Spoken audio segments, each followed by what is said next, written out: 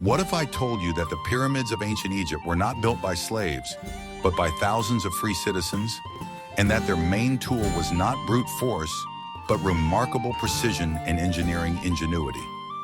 For centuries, we imagined this construction project as a grandiose but primitive undertaking.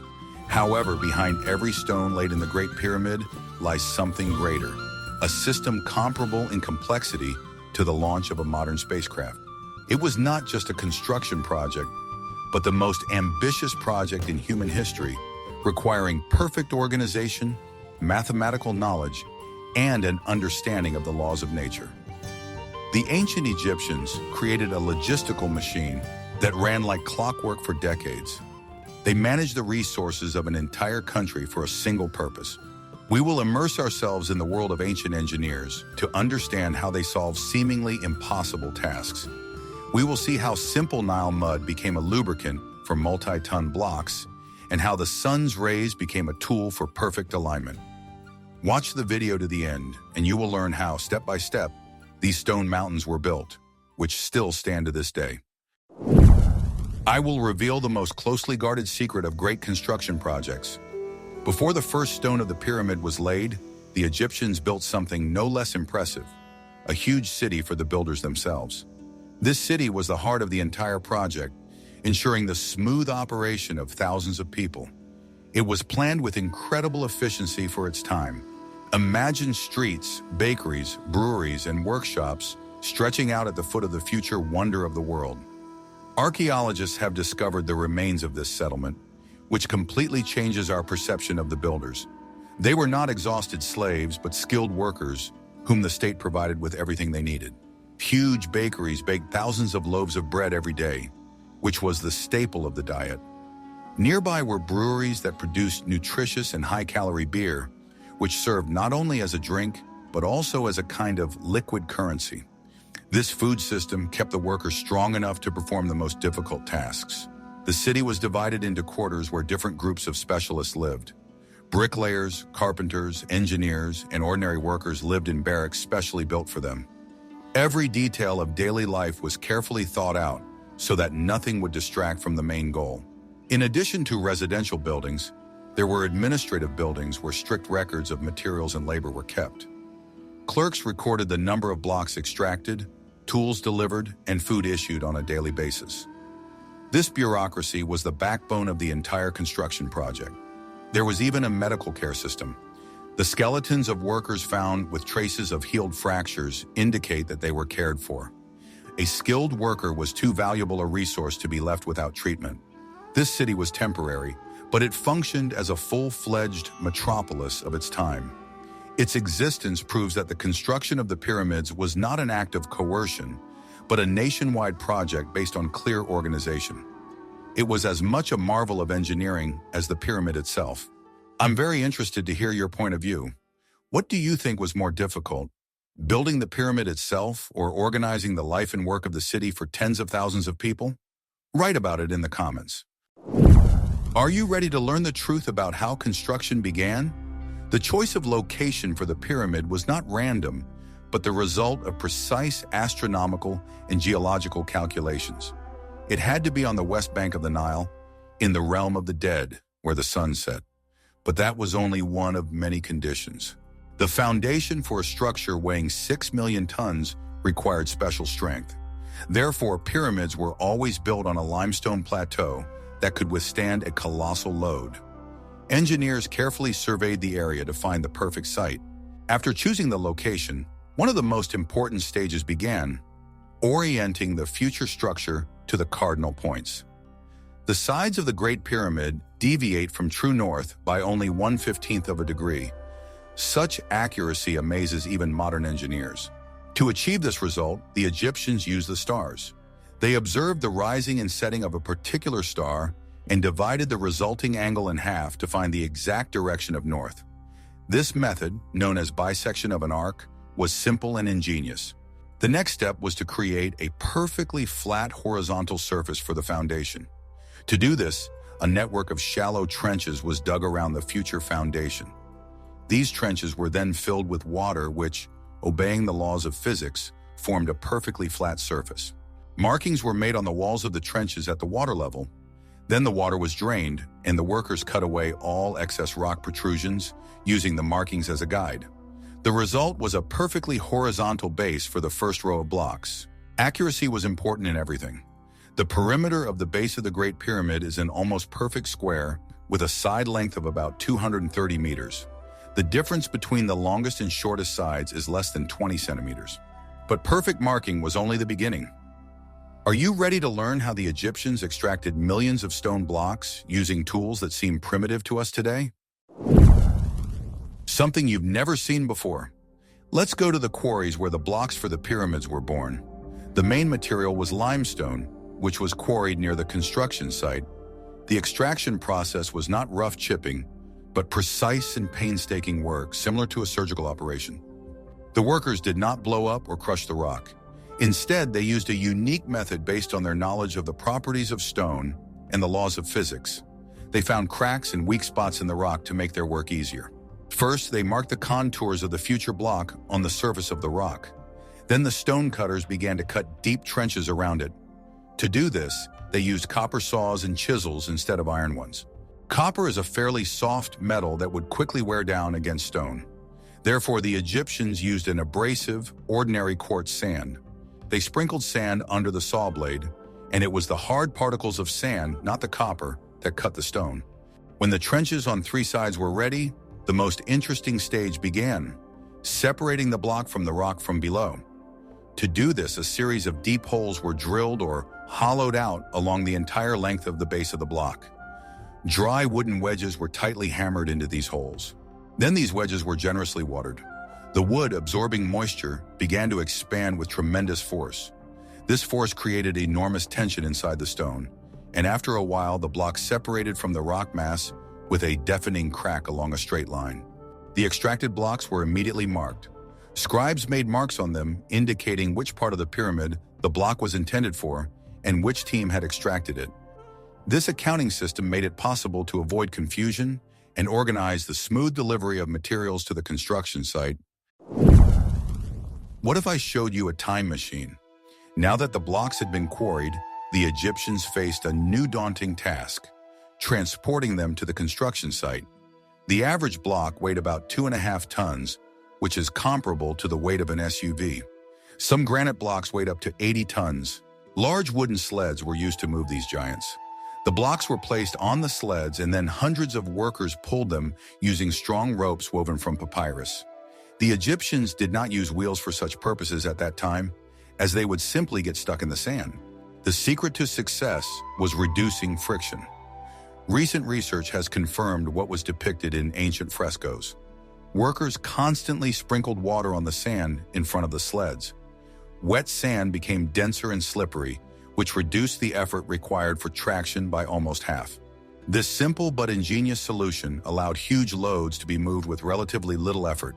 It demonstrates how the Egyptians used their observation skills and knowledge of the physical properties of materials. They did not fight nature, but made it work for them. Waterways were used to deliver granite blocks from distant Aswan. During the annual flooding of the Nile, the water came very close to the quarries and construction site. The Egyptians dug special canals to deliver water directly to the loading site. The multi-ton blocks were loaded onto huge barges made of Lebanese cedar. These ships were capable of carrying hundreds of tons of cargo. The barges floated north along the Nile to the Giza Plateau. This was not a chaotic crowd, but a well-organized mechanism. Each worker knew his place and his role. Discipline and coordination were the keys to the successful movement of millions of stone blocks. But how could the blocks be delivered to the construction site if it was located on high ground? In the next chapter, we will learn how they coped with this daunting task. When the stone blocks arrived at the construction site, the most difficult and still controversial stage began. Lifting them to a height, the Great Pyramid reaches a height of almost 147 meters, which is comparable to a modern 50-story building. How did the Egyptians lift multi-ton loads without cranes or winches? The most common theory is that ramps were used to lift the blocks. However, there is still no consensus on what exactly they look like. There are several hypotheses, each with its own strengths and weaknesses. One of the oldest versions suggests the presence of a single long straight ramp running from the ground to the very top of the pyramid. Such a ramp would have been simple to build, but it would have had a huge disadvantage. In order for its slope to be acceptable for hauling loads, its length would have had to be more than 1.5 kilometers, and its volume would have exceeded that of the pyramid itself. Another theory suggests a spiral ramp that encircled the pyramid on all sides. Such a design would be much more economical in terms of materials. However, it would cover the edges of the pyramid, making it impossible to control their accuracy and angles of inclination during construction. There is also a compromise version that combines the two previous approaches. According to it, a wide straight ramp was used up to a certain height, along which the bulk of the blocks were delivered. And for the upper tiers, a narrower spiral ramp was built. In addition to external ramps, there may have been internal ones. Some researchers believe that a spiral tunnel ramp could have been built inside the pyramid. This theory explains some of the anomalies discovered when scanning the pyramid, but there is no direct evidence for it yet. Thus, the question of the ramps remains one of the main mysteries of the pyramids. One thing is clear: the Egyptians created an effective system for lifting millions of blocks, and this system was as much a marvel of engineering as the structure it helped to build. Guess what happened next? Once the block was lifted to the desired height, it had to be placed in its place with jeweler's precision. This was the final and one of the most critical stages of the work, on which the strength and durability of the entire structure depended. There was no room for haste here. The workers used simple but effective wooden levers to move and rotate the multi-ton blocks. With their help, they could lift the edge of the block a few centimeters and place wooden rollers or spacers under it. This allowed them to move the giant stone a short distance and fit it precisely to the neighboring blocks. The precision of the outer blocks is astonishing. They fit together so tightly that it is impossible to insert even a knife blade between them.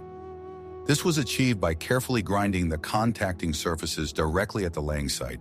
The Egyptians did not use the mortar we are familiar with to bond the blocks. Instead, they used a thin layer of liquid gypsum. This solution acted not as an adhesive, but rather as a lubricant, making it easier to move the block and put it in place. And after hardening, it filled in the smallest irregularities. The same water levels were used to level the rows horizontally.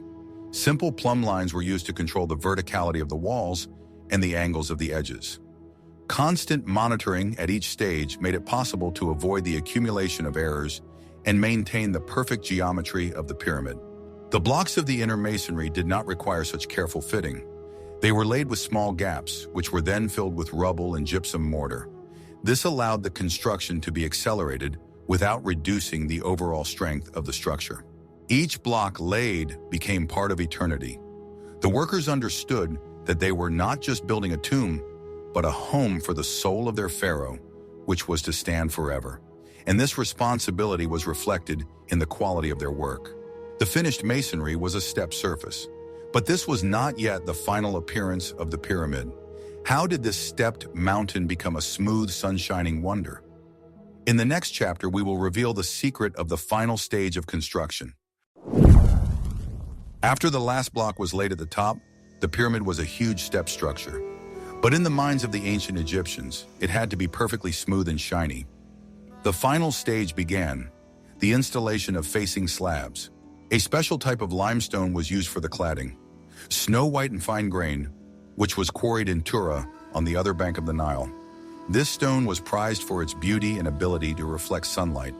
The pyramid, clad in such facing, was supposed to shine like a precious stone. The result was 4 perfectly smooth, sloping sides converging at a single point. In the sun, this dazzling white surface reflected the rays so strongly that it was painful to look at the pyramid. The Egyptians called it Akhet Khufu, Khufu's horizon. The top of the pyramid was crowned with a special stone, also called a pyramidion. It could have been made of granite or another precious stone and was possibly covered with an alloy of gold and silver, electrum. This shining tip was the final touch that completed the grandiose structure. Unfortunately, almost all of this magnificent cladding has not survived to this day. In the Middle Ages, the inhabitants of Cairo took the polished slabs to build their houses and mosques. Only at the foot of the Great Pyramid And at the top of the Pyramid of Khafra have small fragments survived, allowing us to imagine its former splendor. The cladding process was slow and painstaking. It required the highest level of skill from stonecutters and layers. It was no longer just construction, but a true art form, the goal of which was to create the perfect shape. It was the smooth, shining cladding that gave the pyramid that finished, otherworldly look that so impressed contemporaries. It transformed the step structure into a perfect geometric object, a symbol of the connection between earth and sky. When the last facing slab was installed at the base, the construction could be considered complete. Decades of titanic labor were behind them. The grandiose project, which united the efforts of an entire nation, had been brought to completion. It may seem that in order to build such grandiose structures, the Egyptians must have possessed some secret, lost technology. However, archaeological finds and analysis of marks on the stones show otherwise. Their main tool was not magic, but the ingenious use of simple and accessible means. The main materials available to builders were stone, wood, and copper. Iron was known in the Old Kingdom era, but it was used extremely rarely, mainly for decorations. All the main tools were made of softer materials. As we have already mentioned, copper chisels, adze, and saws were used to cut stone, in combination with quartz sand as an abrasive. For harder rocks, such as granite, dolerite stone hammers were used. These simple tools in skilled hands became highly effective weapons against stone. Tools familiar to any modern builder were used for marking and measuring. These included wooden squares for checking right angles, plumb lines for checking verticality, and spirit levels for leveling horizontal surfaces. The main measuring tool was a rope marked with knots at royal cubits. Wood played a key role in transportation and lifting. It was used to make sturdy sleds, levers for moving blocks in place, and of course, beams for construction ramps. The strength of the wood was critical to the safety and efficiency of the work. Ropes and cables were also of great importance. They were woven from papyrus or palm fibers. These ropes had to be incredibly strong to withstand the weight of multi-ton blocks pulled by hundreds of workers. The engineering ingenuity of the Egyptians was evident not in the complexity of their tools, but in the efficiency of their use and organization of labor. They perfected the methods of working with the resources they had. Their strength lay in the system, not in individual technologies. They had a perfect understanding of the principles of mechanics, the use of levers, inclined planes, and lubricants to reduce friction allowed them to perform real miracles. They did not invent anything supernatural, but only made competent use of the laws of physics. There is no evidence of the use of alien technologies or unknown energy sources. All traces on the stones and all the tools found indicate that the pyramids are the work of human hands, and that makes their achievement even more impressive. The simplicity of their tools only emphasizes the genius of their organizational and engineering abilities. They proved that with the right approach and clear organization, you can move mountains, even if you only have a copper chisel and a rope in your hands. The construction of the pyramid was not only an engineering feat, but also a colossal management task. It was necessary to organize, feed, accommodate, and coordinate the actions of tens of thousands of people over many years. This logistical operation was no less complex than the construction itself. At the head of the entire project was the chief architect, or manager of all the king's works. This position was often held by one of the pharaoh's closest relatives, such as Vizier Kemune, who supervised the construction of the Great Pyramid. He was fully responsible for the timely and high-quality completion of the work. The entire workforce was organized according to a military system. Workers were divided into detachments, which were in turn divided into smaller brigades. Each brigade had its own name, often in honor of a pharaoh, such as Friends of Khufu or Drunkards of Menkaure. This structure allowed for the effective management of a huge number of people. Each brigade had its own overseer, who was responsible for the completion of the assigned task. There was a spirit of rivalry between the brigades, which further stimulated productivity. The working day was strictly regulated. It began at sunrise and ended at sunset, with a break for lunch in the middle of the day. The work was hard but not chaotic and followed a strict rhythm. The state took full responsibility for supplying the builders. They regularly received bread, beer, dried fish, vegetables, and meat. Good nutrition was the key to high productivity and disease prevention. It was this clear organization, based on hierarchy, discipline, and centralized supply, that was the main secret of the Egyptian success. They managed to turn tens of thousands of people into a single, well-coordinated mechanism, working toward a single goal. The construction of the pyramids was not simply the erection of tombs. This mega project had a huge impact on the development of Egyptian society as a whole. It stimulated the development of engineering, mathematics, astronomy, administration, and logistics. The implementation of such an ambitious plan required the mobilization of all the country's resources. This strengthened the central power of the pharaoh and created a powerful state apparatus capable of managing complex projects. In essence, the Egyptian state itself was refined and perfected in the process of building the pyramids. The skills and knowledge gained on these construction sites were passed down from generation to generation. The Egyptians became unsurpassed masters in stoneworking. They later used this experience in the construction of magnificent temples and palaces throughout the country. The pyramids became a symbol of eternity and the immutability of the pharaoh's power. Their dazzling faces, pointing to the sky, were meant to demonstrate the divine nature of the ruler and his connection to the sun. It was a powerful ideological statement expressed in stone. The construction process itself united the nation. People from all corners of Egypt worked side by side for a common goal. This fostered a sense of unity and belonging to a great civilization. Today, the pyramids remain one of the greatest wonders created by man. They are silent witnesses to the genius, will, and perseverance of the ancient builders. They remind us of what the human spirit is capable of when united by a great idea.